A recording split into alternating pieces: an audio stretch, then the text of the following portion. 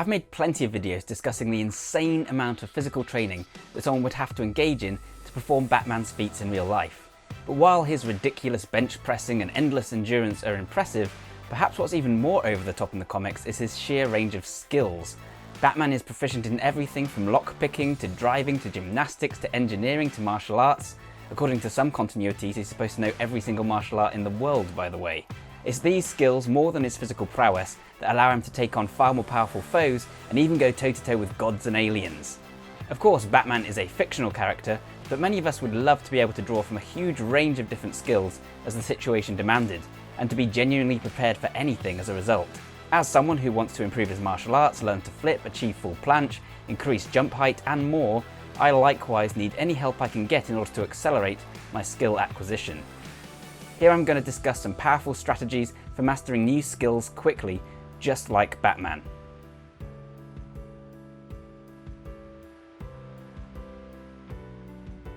First though, the basics of skill acquisition.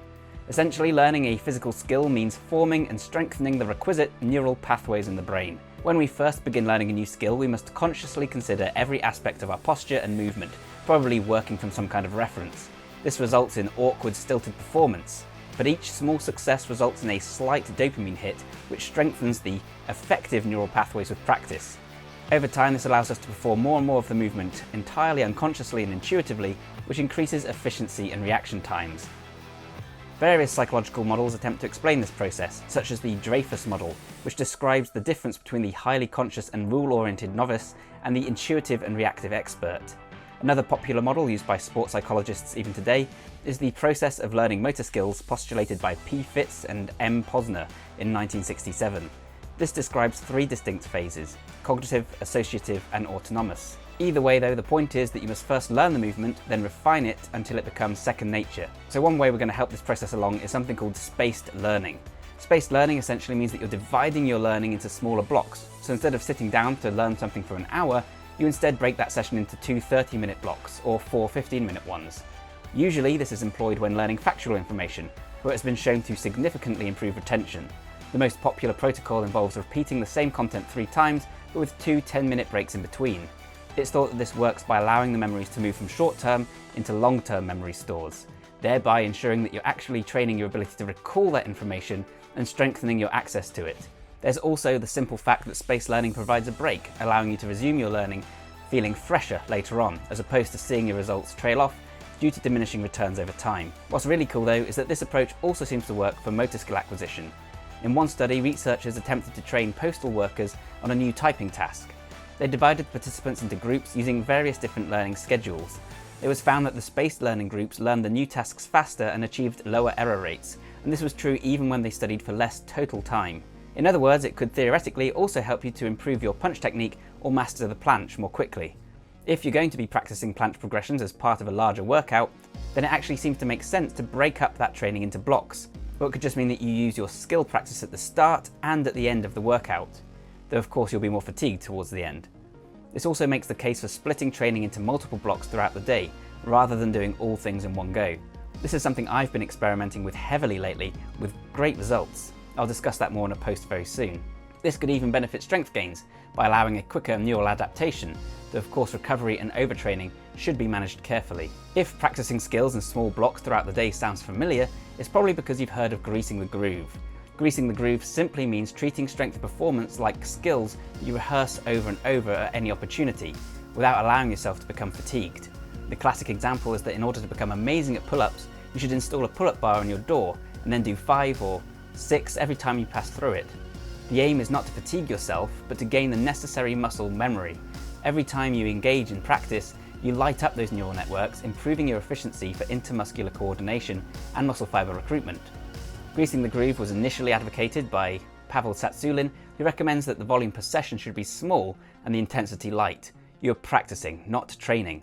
Stick between 50 to 60% of your maximum effort as a good benchmark. This can be applied to pretty much anything. I've used it with great success to improve my strict handstand, but you can also use it to improve your max jump height, your punching technique, your golf swing, your mobility, or pretty much anything else. If it's the neural networks we're focused on though, then perhaps you don't need the physical movement at all. Simply visualizing movement and/or some choreography can actually trigger almost the precise same brain activity as though you were rehearsing it in real life. You can therefore use mental practice as a way to further enhance greasing the groove and spaced learning without placing more stress on the body. This makes a lot of sense for someone like Batman, who is probably severely overtrained as it is. Believe it or not, even watching people perform the moves you're trying to learn may be effective in a similar manner. And speaking of overtraining, that brings me to sleep, which is an absolutely crucial piece of the puzzle. During sleep, our brain re-rehearses the skills we've practiced during the day. It culls unwanted connections and it moves data into long-term memory. Countless studies support the notion that sleep is crucial for procedural memory formation and strengthening. This is why more and more athletes are focused on getting huge amounts of sleep. See the book Why We Sleep by Matthew Walker. Of course, this is something that Batman would struggle with due to his rather busy schedule, and I'm in a similar situation because I've got a young daughter. That makes me like Batman, right? The best he could hope for would be to maximise the quality of the sleep he got, possibly using methods to increase sleep spindles in the necessary brain regions. The number of these high-frequency oscillations appears to correlate with rapid skill acquisition and activity in the motor cortex.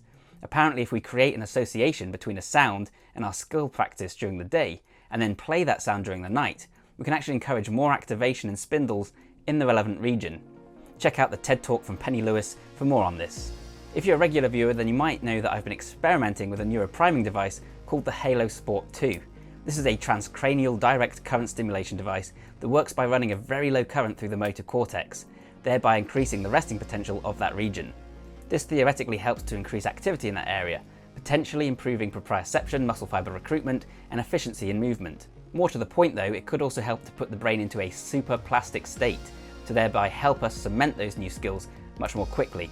Transcranial direct current stimulation is supported by a lot of research, though the product itself is still relatively new.